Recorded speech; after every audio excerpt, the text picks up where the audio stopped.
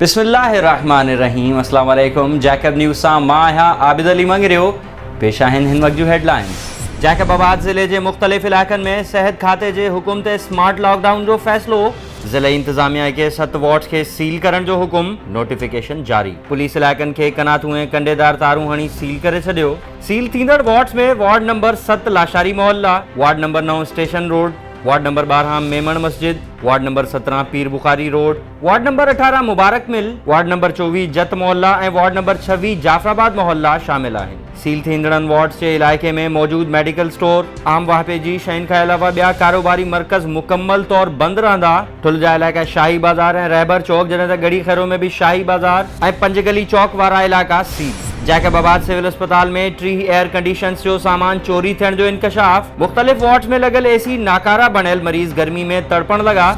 Jacobabad civil अस्पताल के emergency ward, दिल जे ward, gynae ward, surgical ward, child ward और ऑपरेशन थिएटर में लगल एयर कंडीशन जो सामान चोरी थियण जो इंकशाफ थियो है।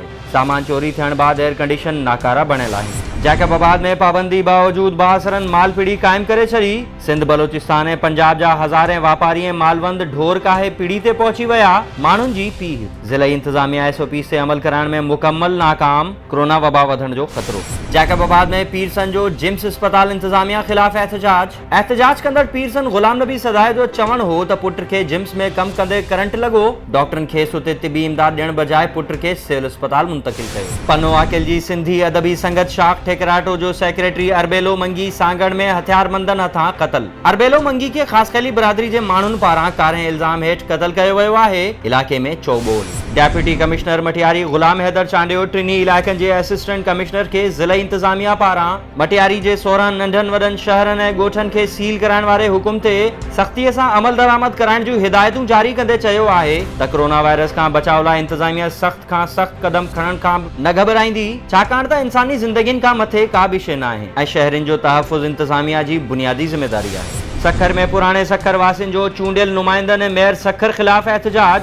उन्हनि चयो त चूंडियल नुमाइंदन सिंध के खूबसूरत शहर के हथ से तबाह करे छॾियो आहे। पुरानो सखर शहर लावारिस शहर बणजी चुको है। म्युनिसिपल इंतजामिया सखर जी नाअहली जे करे गंदगी जा ढेर लगी विया आहिनि। उन्हनि चयो त असांजा मसला हल न थिया त वधीक सख्त एहतजाज कंदासीं। मटियारी में SOP जी भंज कड़ी करण ते 5 ॼणा गिरफ्तार। असिस्टेंट कमिश्नर मटियारी अब्दुल करीम संग्रासी खैबर शहर के मुख्तलिफ इलाक़नि ऐं मार्केट्स जा दौरा कया, जंहिं दौरान SOP से अमल न कंदड़नि खिलाफ कार्रवाई कंदे 5 ॼणनि के गिरफ्तार कराए खैबर थाने ते मुंतकिल कयो वियो ऐं हिकु दुकान सील। काज़ी अहमद में एहसास किफ़ालत सेंटर ते ईंदड़ मुस्तहिक औरतनि ऐं मर्दनि खां 1000 रुपयनि ताईं कटौती। मुतासिरनि जो एहतजाज। सेंटर इंचार्ज पारां सहाफ़िन सां ॻाल्हाइण खां इनकार। हायर सेकेंडरी स्कूल जा दरवाज़ा बंद कराए छॾिया। दरिया खान मरी में असिस्टेंट मुख्तियारकार नौशेरो फेरोज कादिर दाद मरी पारां SOP से अमल न करण, दुकाननि में रेट लिस्टूं न लगाइण, वधीक अघु वठंदड़नि ऐं रोडनि ते हद दख़लियूं कंदड़नि ते ॾंड हणी मौक़े ते वसूल कयो। ठठो रहवासन हेड मिस्ट्रेस मुस्मात अजीजा खमाण अवामी प्रेस क्लब ठठो में अबाणे प्लाट ते कब्जो करण ते संदसि भाउ गुलशेर खमाण खिलाफ एहतजाज कंदे चयो आहे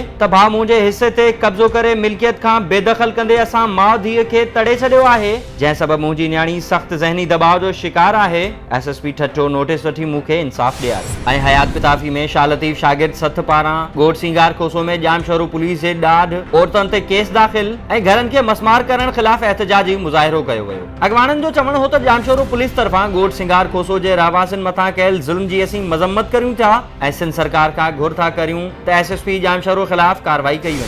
ही हुयूं हेडलाइंस। वधीक ख़बरुनि ऐं तफ़सील लाइ विज़िट कयो असांजी वेबसाइट www.jacobnewsht.com ऐं फेसबुक ते फॉलो कयो। ॾिसंदा रहो जैकब न्यूज़, ख़बर खां हक़ीक़त ताईं।